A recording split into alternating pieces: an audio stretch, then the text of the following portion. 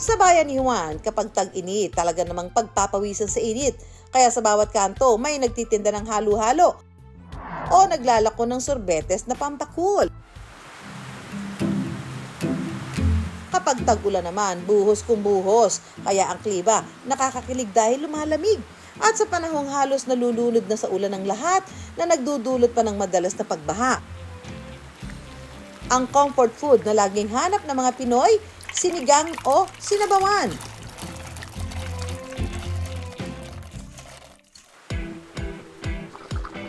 Mainit na sabaw na halos nakapapaso ng dila at gumuguhit hanggang sikmura. Ang mainit na sabaw kasi, bukod sa gumigising ng inaantok na diwa dahil sa ulan, may hatid din kakaibang sipa na pampalakas ng katawan. Kaya mula Luzon, Visayas hanggang Mindanao, ihigop tayo ng mainit at malinamnam na sabaw. Ang pambato ng Luzon, ang overload sinigang sa Cavite. Karne ng baka na may kasama pang crispy liempo at chicharong bulaklak. But wait, there's more! Ang version naman nila ng bulalo, codename Blue Lalo. Ang sabaw, kulay asul. Ang mainit na sabaw ng lansiaw sa Cebu, paborito raw higupin ng kalalakihan doon. Dahil sa bisa nito sa pangmalakasang labing-labing. Habang sa Mindanao, ang kambal na sarap ng sinigang at tinola matitikman sa ilampa. I wonder bakit at saan ba nagmula ang pagkahilig ni Juan sa pagkaing masabaw? Kamakailan lang kinilala ang sarap Pinoy sinigang bilang isa sa best soup sa buong mundo. Kaya proud na proud si Juan dahil ang ating sinigang di lang isang bersyon. May sinigang na baboy, isda, baka at kung ano-anong lamang dagat. Name it, we have it, and we eat it. Ang kainan ito sa Cavite City, trio ng sarap ng sinigang ang ipinagmamalaki. Sa isang mangkok kasi, matitikman na ang sinigang na baka na may kasamang crispy liempo at chicharong bulaklak. Anli sabaw na, anli rice pa. All for 120 pesos only. Pakulo yan ang ka-wonder nating si Jason. Sa unang tingin, mukha lang ordinaryong bahay. Pero dinudumog ito ng sinigang lovers. Saktong-sakto. Dahil maulan ang panahon, parang gusto kong kumain ng sinigang. Kaya naman, dumayo pa ako dito sa Mimi's Food House sa Cavite para tikman ang pinagmamalaki nilang sinigang overload. Balita ko, naghahanap kayo ng sinigang eh. Opo, tinanong ko nga po kay Kuya. Kuya, salamat ha. Thank you po ha. Turuan ko po kayo magluto ng sinigang. Tuturuan mo ako magluto ng sinigang. O sige, game ako dyan. Sige, game. Mga ka-wonder, share ko lang po sa inyo sa mga sinigang, sa mga variety ng sinigang. Ang pinaka-paborito ko dyan is sinigang sa bayabas, yung malaki matayo isda. Itong sinigang na gagawin natin, medyo kakaiba to kasi ginawa ko siyang overload. Sobrang hilig ko sa sinigang. Kasi talagang kahit saan ako magpunta, sinigang talaga ang order. Kasi inahanap mo lagi. Willing to wait ba, Empoy? Bago mo yan matikman, magluto muna tayo. Ito pong baka, pinakuluan na natin to ng halos 4 na oras.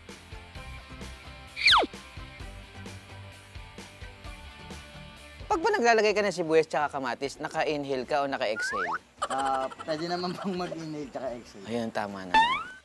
Habang hinihintay itong kumulo, maghiwa ka muna, Empoy, ng crispy liempo at chicharong bulaklak na pang toppings. Ang maganda sa kanya, may pattern na siya, Opo, Kuya, di ba? Nilalagyan ko na siya ng... Meron siyang, tawag doon, yung palatandaan ko saan mo siya hihiwain. Wow! Wow! Pwede ba akong mamasukan sa'yo? Mahal ang talent mo, sir. Mamaya, tutulong ako mag-serve. Sige po, salamat. Okay. Teka, Empoy, bakit parang pangsisig naman ang liit ng hiwa mo? Yung mga customer mo, yung mostly, gusto nila taba o yung laman Hirap po, talaga. taba talaga. Taba talaga? Ito, taba talaga ang hinahanap. Grabe oh. Napaka-crispy oh. Barboy. Kapag kumukulo na ang sabaw, pwede nang ilagay ang pampaasim na sampalok at ang mga gulay. Ilang minutong kulo-kulo lang yan. Sa isang mangkok, pagsasamahin ng liempo, chicharong bulaklak, laman ng baka, at saka ibubuhos ang gulay at sabaw ng sinigang. Empoy, tikman na yan. Mga ka-wonder, kain tayo. Ayan, no?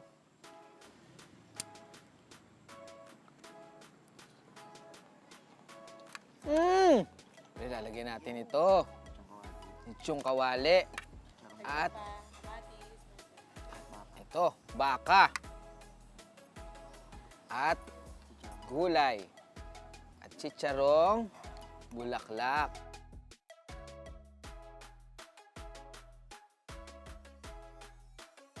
Sarap. Pwede bang anuhin? Gawing soft drink? Pwede din naman. Only sabaw din tayo dito. Sarap.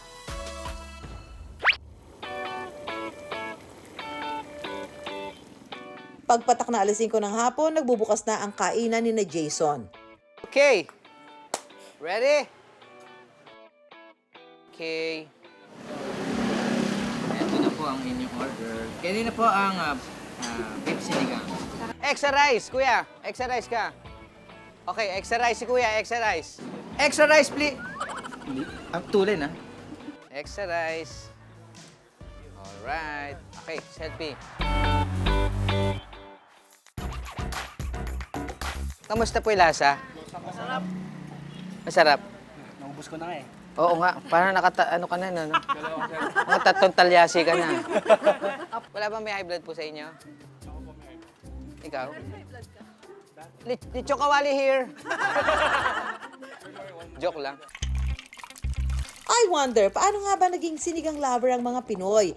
Ayon sa food historian na si Chef Christopher Karangian, hindi raw tukoy ang pinagmula ng sinigang. Buong Southeast Asian region, merong mga pagkain na similar sa sinigang, yung tom yum soup. Pero, anong difference nila? Number one, mas maanghang siya ng konti dahil wala namang anghang yung sinigang. Pero yung paglalagay ng mga ingredients ng mga gulay at yung flavor profile, kumbaga, ng asim nandun. Na kung titignan natin, kapamilya natin sila sa buong Southeast Asia. Kaya maaari na yung sinigang, nanggaling yon, yung inspirasyon na yon, nanggaling sa mga Malay, sa kultura din ng mga Malay, na present doon sa mga karatig bayan. Bukod sa sinigang, may isa pang lutong sinabawan na panalo sa panlasa ni Juan, ang bulalo. Mula sa ilang oras na pagpapakulo, ang laman ng baka, humihiwalay na sa buto dahil sa lambot. Habang ang buto-buto na karaniwang galing sa tuhod at bias ng baka, naglalabas ng tinatawag na utak o yung pinaka-bone marrow at humahalo sa sabaw. Kaya sa bawat higop ng bulalo, nanunuot ang malinamnam na lasa. Pero ang bersyon ng bulalong ito sa Cavite pa rin, hindi malinaw na manilaw-nilaw ang sabaw. Kulay asul. Bulalo? I wonder, may enjoy pa kaya ni Juan ang bulalo na ang sabaw ay bluer than blue? Ang bulalo, pakulong recipe ng ka-wonder nating si Paulo. Nagsimula lang daw sa biro ang lahat. Nagdadrive kami mag-asawa somewhere in Tagaytay silang. May nakita kaming bulalo na sign, tarpaulin. Kaso so sobrang luma na nung tarp, naging kulay blue na siya. So noon lang, naging biro-biro lang hanggang sa nagtayo kami ng restaurant. Nag-isip kami ng ibang pwede namin gawin hanggang sa naalala namin yung blue na tarpaulin ng bulalo na yun. Ang nangangasul na kulay ng blue lalo ni Paulo dahil daw sa isinasangkap niyang bulaklak ng butter natin na kilala ring butterfly pea. So una namin tinesting yung cabbage na violet. Medyo mahal siya, hindi siya okay sa budget at saka ang hirap gawin, hindi namin magawa. Hanggang sa pagre-research namin, sinubukan namin infuse yung blue ternate flower sa blue lalo. Ayun, kaya siya naging blue. Nagko-curious sila, nagtaka sila, bakit ba blue yun? Ano ba yan? Mga ka-wonder, hango raw ang pangalan ng bulaklak na blue ternate sa isla ng Ternate sa Indonesia kung saan ito mayabong. May scientific name itong Clitoria ternatea dahil nahahawig daw sa maselang bahagi ng katawan ng babae. Ang matingkad na kulay ng talulot nito dahil sa pigment na kung tawagin ay anthocyanin. Ginagamit din daw itong tsaa at inihahalo sa kanin. Pero si Paulo sa bulalo naisipang isahog ang blue ternate. Okay mga ka-wonder, ngayon gagawin natin kung paano lutuin ang blue lalo, ang blue na bulalo. Habang pinakukuluan ng buto at laman ng baka, titimplahan muna ito ng asin. Saka idinagdag ang sibuyas, patatas, green beans at pechay bagyo. Pakukuluan natin siya hanggang maluto yung gulay. So mga siguro 3 hanggang 5 minuto lang to. Tapos ilalagay na natin yung blue turnip flower para maging kulay blue na yung bulalo natin. Mas titingka daw ang kulay asul na sabaw kung tuyong bulaklak ng ternate ang gagamitin. Kaunting kulo pa, ang bulalo, blulalo na! I wonder, ano naman kaya ang lasa ng kulay asul na bulalo? Iniisip nila baka may ibang lasa. Pero ang totoo, wala. It's regular bulalo pero kulay blue. For the aesthetic lang pala. Mas maganda sa paningin, mas nakatatakam kainin. Pero ang kaibigan ni Paolo na si Roy, madalas daw humigop ng blue lalo dahil sa paniwalang may iba pa raw benepisyo sa katawan ang blue ternate. Mabilis ka makapag-digest at the same time, maganda siya sa puso, sa kalulugan ng utak mo at na-stress siya. Pero kung garantisado ang sarap ng bulalo, ibang usapan na raw kung may iba pang bisa ang kulay asul na sabaw dahil sa bulaklak ng ternate. Hindi pa napapatunayan yung pong mga pwede niya maging epekto sa ating katawan. Pero ang pinakamaganda po lang niyang dulot dun po sa ating blue lalo, ayun nga pong nabibigay niyang kulay. Pero ang maganda naman po, wala naman po siyang masamang epekto na naidudulot sa katawan natin. Basta ang dapat laging tandaan kapag kakain ng bulalo, hinay-hinay lang mga ka-wonder. Makakakuha tayo ng fiber at mga bitamina mula sa gulay. Makakuha po tayo ng protina na kailangan po natin para sa ating mga muscles mula po sa baka. Yun nga lang po ay medyo mataas po kasi yung taba niya o yung fat content niya, lalong-lalo na po yung galing dun sa utak na nakukuha po natin dun sa buto. Ito po ay nakakasama sa mga meron pong high blood or sakit sa puso at saka nakakakos din po siya ng pagtaas ng uric acid. May kulay man o wala, nangangasul o malinaw na manilaw-nilaw ang sabaw. Sa puso at panlasa ni Juan, laging panalo ang bulalo. Kapag dumayo ng Cebu para mag-food trip, ano man ang tikman, mapalechon o seafood, siguradong lami! Pero kapag bad weather dahil sa mga pag-ulan, sabaw din ang hanap ng mga Cebuano. At may isang sinabawang putahe raw sila na namumukod tangi. Bentang-benta raw, lalo na sa kalalakihan. Malasa. Mainit. Mapang-akit.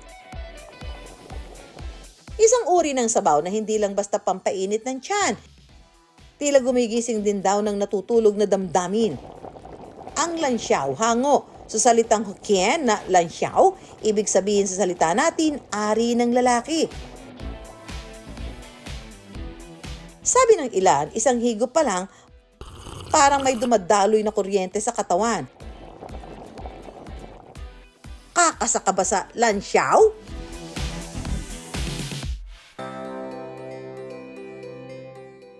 Sa isang kainan sa Mandaue, may sikreto raw sa mainit na pagsasama sa kusina ang mag-asawang Jolito at Menjeri. Siya jud ang first nga tindira nga nagpangan ani nga lansyaw.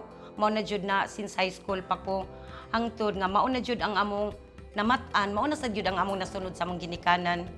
So grabe jud yung history ang lansyaw namo nga pamilya. Ang specialty raw nilang lansyaw, aphrodisiac daw o pampagana sa paglalabing-labing. Bukod sa masarap na lasa ng kanilang lansyaw, may kakaibang kilig din daw ang kanilang mga suki dahil sa sahog nito.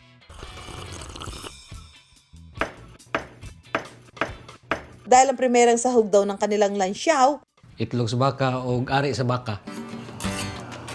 Dahil sa maselang sangkap ng lansyaw, tila may sinusunod pa raw silang ritual sa pagluluto nito. Binabanlawan kasi nila itong mabuti sa tubig at asin o suka para matanggal ang lansa. Ayon sa food historian na si Chris Karangian, minana pa raw sa ating mga ninuno ang paggamit ng laman loob o ari ng hayop bilang sangkap sa pagkain. Paraan din daw ito ng matalinong paggamit ng karne. Walang tapon. Wala tayong direkta na dokumento para patunayan yun kung kailan. Pero makikita natin na simula nung unang panahon pa, gumagamit na tayo niyan. Dahil oras din ang bibilangin sa pagluluto ng lansyaw, Ito po yung igigisa muna, yung isang plangga ng bawang tsaka sibuyas. Kailangan ang bawang at saka sibuyas, yung texture ng pagkahiwa, manipis, kaya para malasa. Ito po yung balat ng baka, yung laman ng baka, yung mga laman loob ng baka, tapos yung mga ari ng baka, saka yung itlog ng baka. Kailangan yung pagkahiwa niya, sakto yung pagkahiwa niya kasi hindi pwedeng hindi magpantay ang hiwa niya. kapag mabango at golden brown na ang ginisang sibuyas, sunod na ilagay ang mga hiniwang balat, ari at dila ng baka. Lalagyan muna natin ng mga ricado.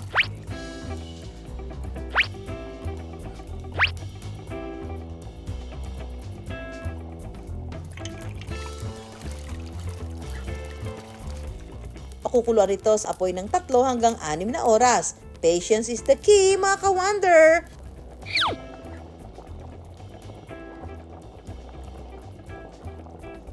Halo-haluin lang natin konti.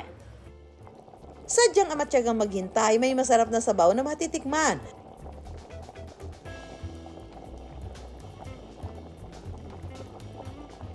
Hatulan na ang lansyaw, mga ka-wonder!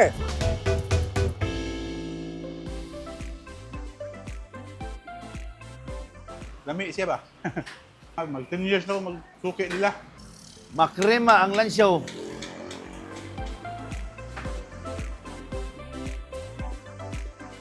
Masarap. Wala ngang duda na masarap higupin ang sabaw ng lansyaw. Pero ang iba pang haka-haka tungkol dito, wala pa pong kumpletong katibayan na meron pong kinalaman sa aphrodisiac po yung mga lalagay po sa lansyaw. Yun po ay medyo sabi-sabi lamang po at kwento-kwento pa lamang. pero kung kakasa sa hamon ng lansyaw, mag-menor din ka, wonder, at wag lalampas sa boundary. Ang lamang loob po natin ay nakakasama po siya kapag po sumusobra dahil mataas po yung kolesterol niya o yung pong mga taba niya. Kapag napadpad sa Cebu, huwag nang palampasin ang pagkakataong tikman ang mga ipinagmamalaki nilang putahe tulad ng lansyaw, kumpirmadong lami!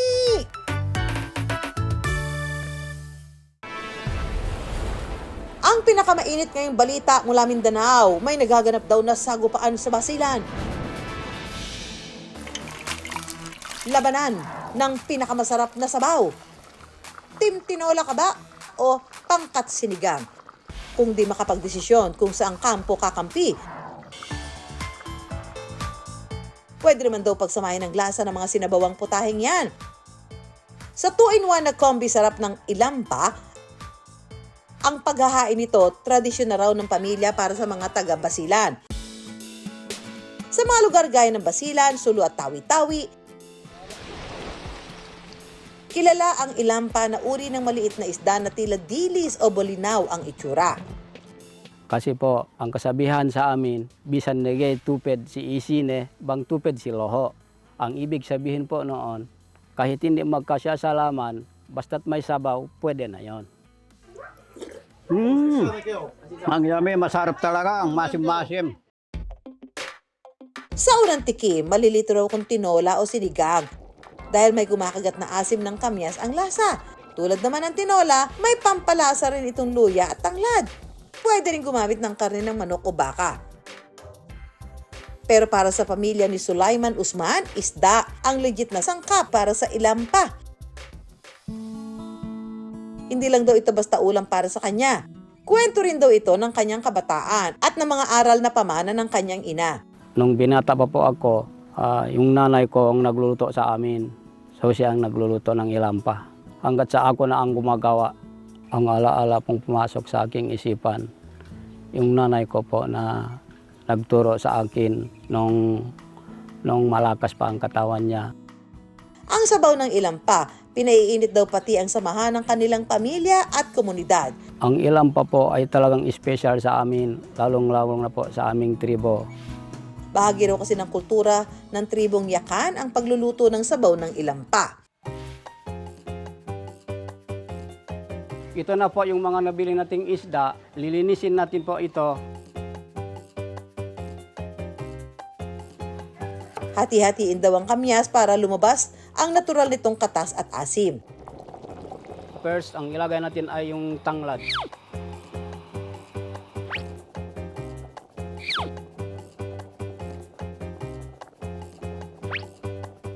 Garantisadong masarap kahit simple lang ang mga sangkap. Basta hindi dapat mawala ang sariwang isdang ilampa.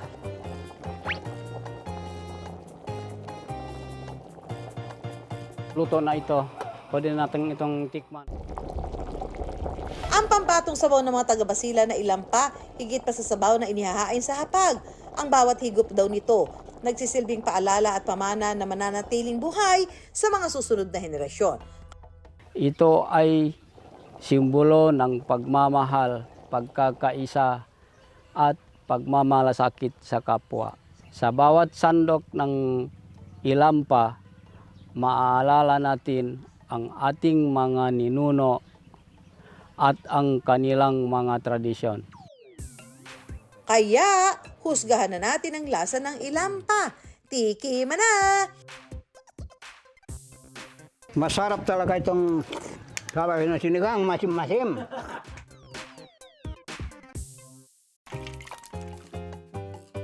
Sa dami ng putahe na mayroon ng mga Pinoy, I wonder, bakit nga ba paborito ni Juan ang sinabawan?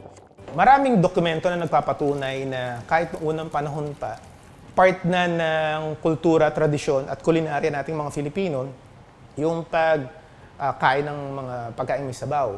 Ang nakakatuwa nga nun, na-document yon ni Antonio Figapeta na kumain sila ng something na may sabaw, something na inihaw, yung roasted pig, tapos may sabaw ng mga pagkain. Kaya nakakatuwa kumbaga, doon sa maigsing sulatin na yon, makikita natin ano ba yung mga kultura ng mga Filipino bago pa dumating yung mga Kastila. Sa dami ng sangkap na meron tayo, tiyak na may makakaisip na ipansahog ito. At sa dami ng rehiyon sa bansa, hindi na rin nakapagtataka, may kanya-kanyang pambatong putaheng sinabawan. Napakaraming iba't ibang klaseng pamamaraan ng pagluluto ng sabaw ng mga Filipino. Pero meron certain na pagkain na almost common doon sa mga naikot ko. Isa doon ng halimbawa yung tinola. Kaya kung makikita natin, ito yung common, mapa Ilocano ka man, mapa Bisaya ka man, mapa Bicolano ka man, or taga Mindanao ka. Even ang mga kapatid nating Muslim, may pamamaraan sila ng pagluluto ng kanilang tinola or sabaw.